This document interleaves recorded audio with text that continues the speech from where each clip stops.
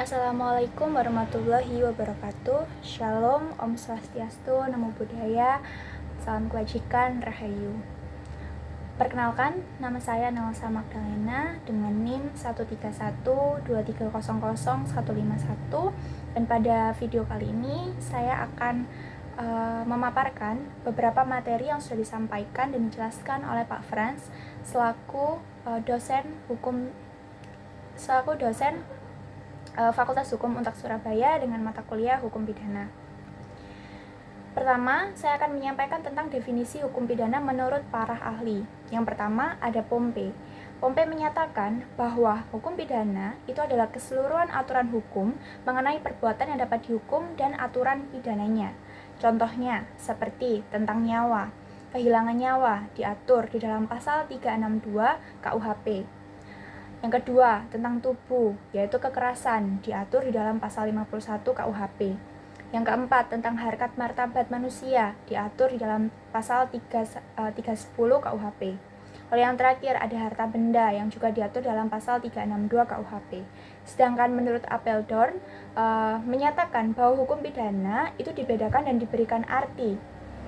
Ada dua, yaitu hukum pidana material yang berkaitan dengan perbuatan, contohnya Kitab Undang-Undang Hukum Pidana itu sendiri. Lalu ada hukum pidana formil yang berkaitan dengan penegakan hukumnya, penegakan hukum pidana material maksud saya, contohnya adalah Kitab Undang-Undang Hukum Acara Pidana. Sedangkan menurut Muljanto, beliau mengatakan bahwa hukum pidana adalah bagian dari keseluruhan hukum yang berlaku di suatu negara, yang mengadakan dasar-dasar dan aturan-aturan untuk, yang pertama, menentukan perbuatan-perbuatan mana yang tidak boleh dilakukan, yang dilarang, dengan disertai ancaman atau sanksi yang berupa pidana tertentu bagi barang siapa yang melanggar larangan tersebut atau peraturan tersebut. Yang kedua, menentukan kapan dan dalam hal-hal apa kepada mereka yang telah melanggar larangan-larangan itu dapat dikenakan dan dijatuhi pidana sebagaimana yang telah diancamkan. Lalu yang ketiga, menentukan dengan cara bagaimana pengenaan pidana itu dapat dilaksanakan apabila ada orang yang disangka telah melanggar larangan tersebut. Sedangkan menurut Algrajensen mengatakan bahwa hukum pidana adalah alat yang dipergunakan oleh seorang penguasa atau hakim untuk memperingati mereka yang telah melakukan suatu perbuatan yang tidak dibenarkan. Reaksi dari penguasa tersebut mencabut kembali sebagian dari perlindungan yang harusnya dinikmati oleh terpidana atas nyawa, kebebasan, dan harta kekayaannya, yaitu seandainya ia telah tidak melakukan suatu tindak pidana. Lalu yang terakhir ada menurut Sudarto. Sudarto menyatakan bahwa hukum pidana itu adalah sistem sanksi yang negatif. Ia diterapkan jika sarana lain sudah tidak memadai, maka hukum pidana dikatakan mempunyai fungsi yang subsidiar.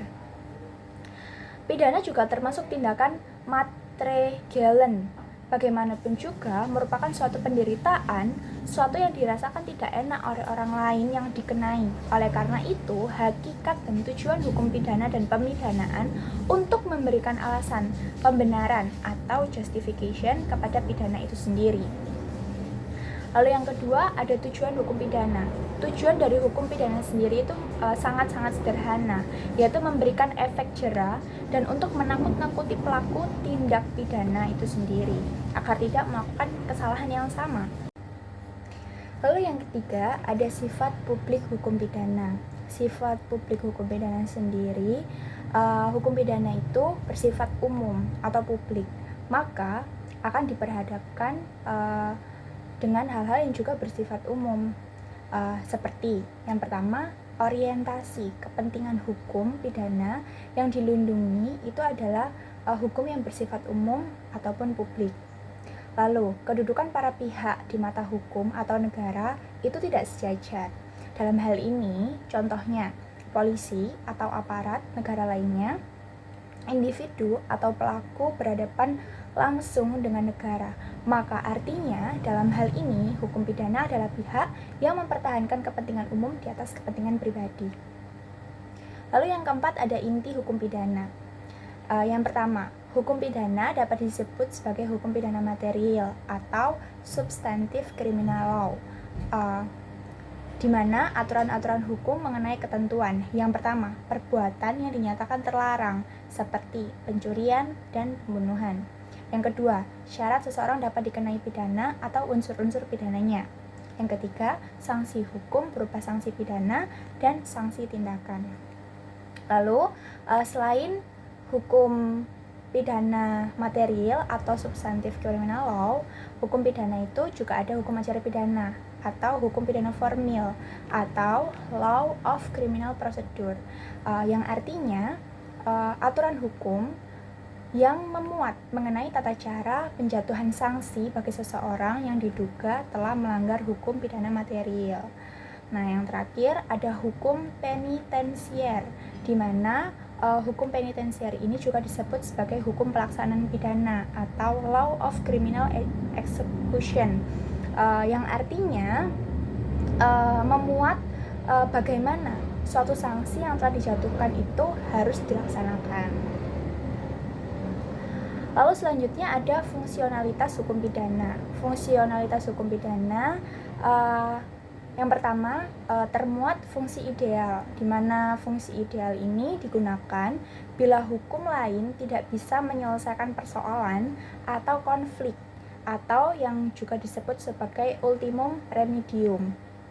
Lalu yang kedua ada fungsi subsidiaritas, di mana fungsi subsidiaritas ini berarti prinsip kehati-hatian, di mana hukum pidana itu tidak sembarangan digunakan, harus digunakan secara adil, harus digunakan secara baik itu bagi pelaku maupun korbannya sekalipun. Lalu estigma negatif, artinya menghilangkan pandangan negatif terhadap ex narapidana. Tujuannya untuk mencegah satu-satunya cara agar tidak terjerumus masuk ke dalam kasus pidana itu sendiri. Lalu di dalam hukum pidana terdapat 3 aliran tujuan pemidanaan. 3 aliran tujuan pemidanaan itu yang pertama ada aliran klasik. Aliran klasik ini yang berfokus pada pembalasan atau perbuatan jahat seseorang demi melindungi kepentingan masyarakatnya. Lalu yang kedua ada aliran modern. Aliran modern itu adalah berfokus pada aspek kondisional dalam diri pelaku agar hak calon terpidana terlindungi dari perlakuan sewenang-wenang. Lalu yang terakhir ada aliran neoklasik, di mana aliran neoklasik ini yaitu gabungan dari aliran klasik dan modern dengan memperhatikan aspek perbuatan dan kondisi pelaku secara seimbang dan melindungi kepentingan masyarakat dan juga individu. Lalu selanjutnya ada jenis-jenis hukum pidana. Jenis-jenis hukum pidana yang pertama adalah hukum pidana material, di mana hukum pidana material itu memuat aturan-aturan yang menetapkan dan merumuskan perbuatan-perbuatan yang dapat dipidana. Aturan-aturan tersebut yang memuat syarat untuk dapat menjatuhkan pidana dan ketentuan mengenai pidana. Contohnya hukum pidana material sendiri itu adalah Kitab Undang-Undang Hukum Pidana. Lalu selanjutnya ada hukum pidana formil. Hukum pidana formil sendiri itu adalah mengatur bagaimana negara dengan perantara alat-alat perlengkapannya melaksanakan haknya untuk mengenakan pidana. Hukum pidana formil bisa juga disebut dengan hukum acara pidana. Nah, di dalam Undang-Undang Tindak Pidana Ekonomi, baik memuat aturan hukum pidana itu juga memuat aturan-aturan hukum pidana material dan juga hukum pidana formil. Lalu setelah itu ada hukum pidana umum. Hukum pidana umum itu memuat aturan-aturan hukum pidana yang berlaku bagi setiap orang. Contohnya adalah KUHP dan undang-undang yang berlaku.